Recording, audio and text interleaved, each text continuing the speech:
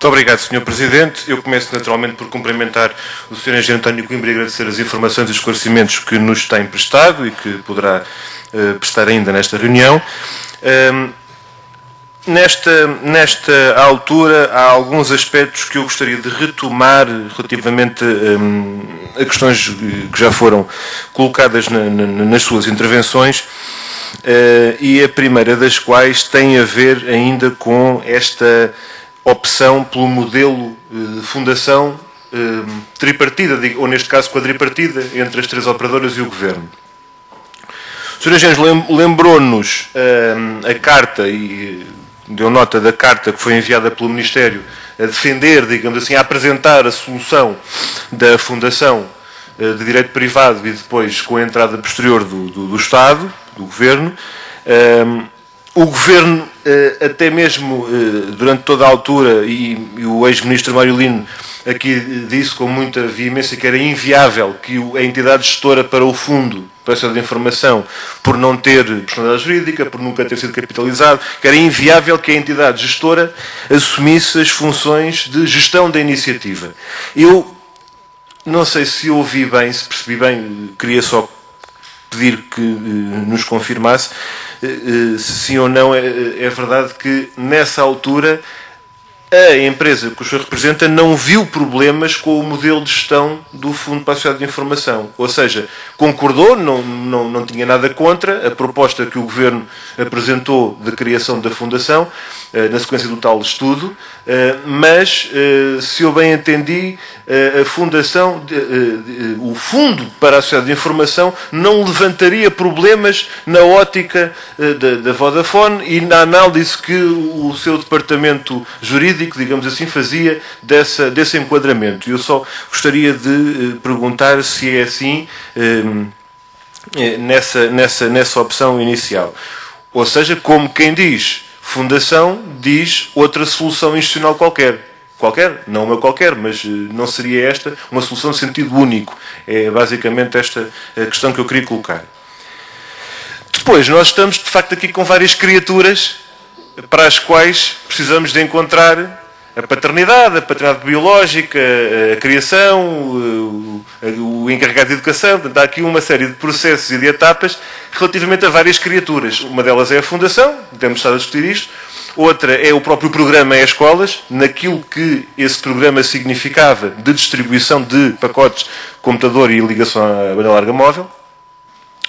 O Magalhães, programa Escolinhas, mas em relação a esta ideia inicial que deu origem ao programa E-Escolas, ou seja, o próprio conceito da distribuição de terminais e ligação banda larga móvel, sem assinto nenhum, dá a sensação de ter havido desde o início pouco entusiasmo por parte da Vodafone relativamente a esta modalidade.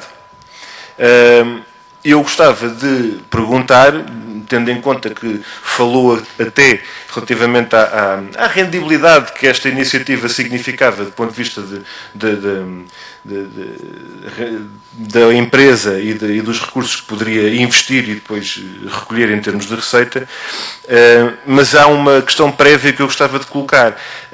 Antes de ser lançado o programa E-Escolas, havia referências ao longo de vários anos a esta ideia. Em sede de discussão do programa, do grupo de trabalho do MTS, quer em 2006, e no final de 2006 o presidente, que então toma posse, levanta o problema da necessidade de definir uma linha de fronteira entre aquilo que é interesse público, digamos assim, e contrapartidas do concurso MTS, e por outro lado a atividade comercial normal de uma empresa para angariar clientes e conquistar cota de mercado, mas é preciso lembrar que já em 2001, numa reunião do primeiro grupo de trabalho, o MTS, em 2001, que era presidida pela professora Maria de Lourdes Rodrigues, foi colocado pela parte da professora Maria de Lourdes Rodrigues que o envolvimento dos operadores neste projeto de distribuição de terminais, pacotes de terminal e ligação banda larga, tinha sido sugerido o envolvimento dos operadores, uma vez que várias candidaturas referiam diversos projetos no âmbito das escolas, incluindo designadamente a distribuição de computadores. Portanto, esta é uma ideia que já vem de trás. não aparece no programa Escolas, é uma proposta de operadores e eu começo a concluir que não terá sido da Vodafone ou da Telecel na altura, dada a reação que teve a Vodafone, inclusive apostando mais cedo noutro tipo de iniciativas e noutro tipo de contrapartidas, para simplificar. E, portanto, eu queria perguntar se estamos perante uma situação em que a Vodafone não foi, desde o início, um dos tais operadores que levantou esta hipótese como possibilidade de iniciativa a tal distribuição de terminais e ligação banda larga móvel. Se isto vem de outros operadores ou de outro operador que não a Vodafone.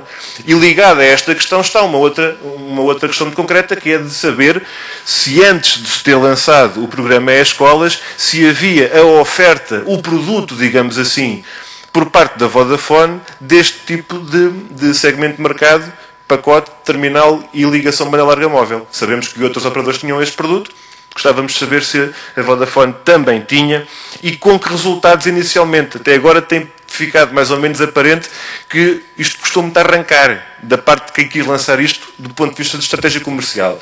E só teve o grande salto em frente com o avanço do E-Escolas. Falou também nesta questão da receita que a Vodafone tem tido com o programa E-Escolas, resultante da fidelização de 3 anos para estes novos clientes, digamos assim. Eu pareceu-me ouvi-lo dizer há pouco que a receita da Vodafone é, grosso modo, cerca de 4 milhões de euros por ano, somando esse número de pessoas em termos de contratos de fidelização, quando investiram 3,9 milhões. Então, mas isto é verdade, terão sido 4... Eu pedi até para interromper, porque isto é importante. 4 milhões por ano de receita em termos do investimento de 3,9 milhões. Eu referi que o número não deveria andar longe disso, porque se pegarmos em 25 mil PCs, multiplicamos por 15 euros por mês, vezes os tais 3 anos, vai dar 4 milhões por ano. Portanto, depois, obviamente que isto, há taxa de desativação, os clientes já não são 25, mas vão para 23, vão desativando, nem todos têm o mesmo tarifário, portanto, poderá não ser 4, poderão ser 3,5, mas é desta ordem de grandeza. O que eu quis dizer foi a ordem de grandeza é entre os 3,5 e 4 milhões. Muito obrigado, Sr. Engenheiro. Então, eu penso que daqui podemos concluir que uma estimativa moderada, portanto conservadora, apontaria para, ao fim destes 3 anos, uma receita acumulada, vamos supor, 10 milhões de euros. Que é para não estar a dizer que são 4 por ano vezes 3, 12. Se abatermos aqui essas condicionantes, poderíamos ter 10 milhões de euros de receita. Para investimento de 13,9 milhões, que é o contributo que a Vodafone entra para o E-Escolas. Isto, como projeto comercial, tem de facto um vale negativo, um valor atual líquido negativo. Mas, como compromisso de contributo para a sociedade de informação, eu tenho a minha opinião sobre o que isto significa em termos de custo-benefício. Não interessa para agora aqui, mas há uma questão concreta que eu queria perguntar. É comparativamente aos outros contributos, e de facto a Vodafone foi a empresa que mais se adiantou em termos de iniciativas e de execução das contrapartidas, se nas outras iniciativas que a Vodafone desenvolveu como contrapartida do concurso MTS, se houve este tipo de rendibilidade, mesmo que não atingindo, digamos assim, o equilíbrio de as receitas serem iguais às despesas, mas se esta almofada de 10 milhões para um investimento de 13,9 milhões aconteceu alguma coisa semelhante nas outras iniciativas que a Vodafone desenvolveu até então, ou em paralelo com isto. Isto é importante, naturalmente, tendo em conta aquilo que qualquer empresa seguramente terá feito, e a Vodafone não há de ser exceção, sobre a estimativa da relação custo-benefício, do estudo custo-benefício que o lançamento destas ações significaria.